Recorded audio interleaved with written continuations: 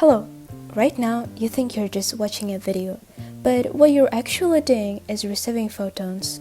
Photons are the fundamental particles of light, and they are streaming straight into your eyes at 300 million meters per second. At the exact same time, your ears are receiving physical vibrations traveling through the air at 340 meters per second and translating them into a human voice. As you can tell from the numbers, light wins the race by a landslide. Sound is so slow in comparison, light would have already finished, showered, and gone to bed, while the sound waves are still lingering at the starting line. Welcome to physics! Nature is like a book that has many chapters such as chemistry, biology, astronomy, geology, and physics. Together, we call these the natural sciences, and all of these chapters are deeply related to each other. But in this video and generally on this channel, we will be focusing on physics. Physics studies the motion of objects happening all around us in nature. You can think of it as the literal language of nature.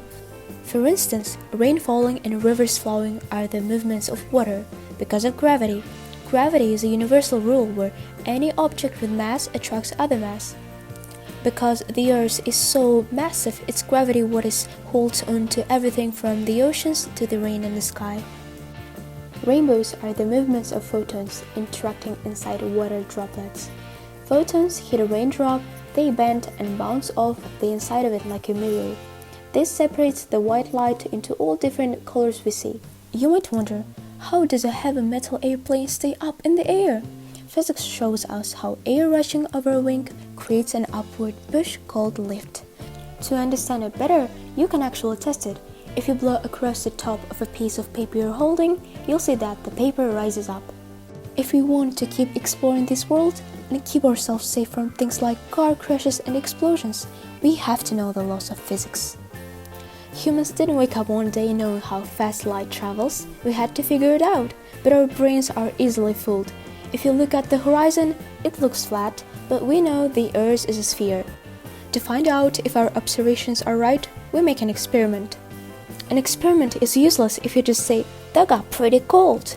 What does cold mean? Your cold might feel warm to an astronaut on Pluto. To make an experiment meaningful, we have to use measurements.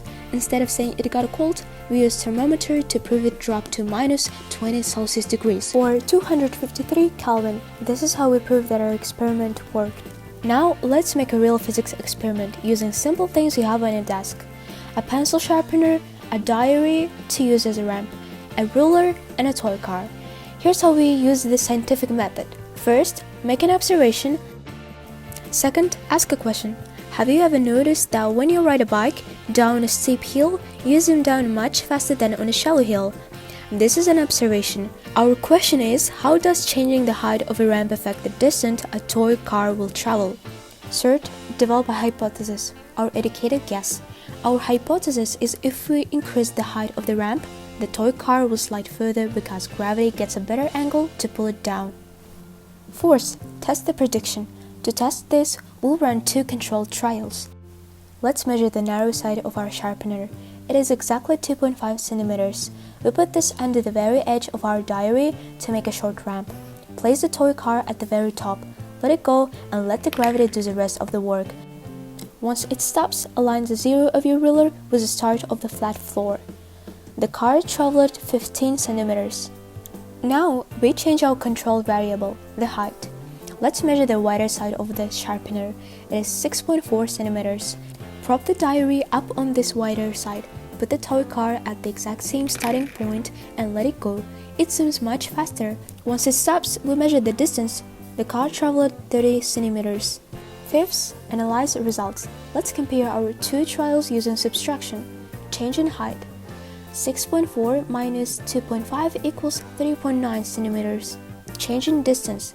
30 minus 15 equals 15 centimeters. We can see a clear pattern.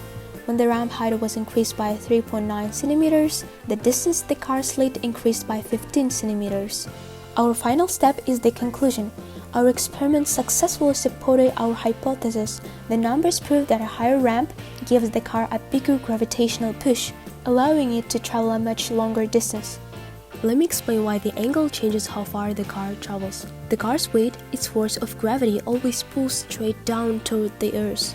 Okay, let's say that you have several arms. Imagine gravity has 10 identical hands pulling straight down. Here, the car is on a ramp, that's why 10 hands get divided into 2. This is just an easy way for us to picture how force gets divided up. First, parallel force, hands pulling the car down along the slope.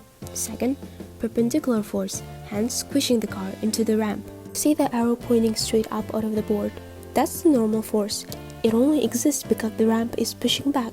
The normal force and the perpendicular force balance each other out completely, so the car doesn't sink into the ramp or fly off into the air. So, how does the angle change things? At a low angle, most of gravity's hands are spent squishing into the ramp.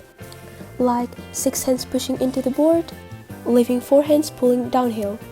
At a steep angle, the balance shifts. Now only 4 hands squish into the board, while 6 hands pull downhill. More hands mean more strength. Finally, we have friction, which pulls the opposite direction of our downhill force. If friction takes away 1 hand pulling backwards, your steep ramp still has 5 hands pulling forward. So in our case, downhill force easily beats friction. The car accelerates faster.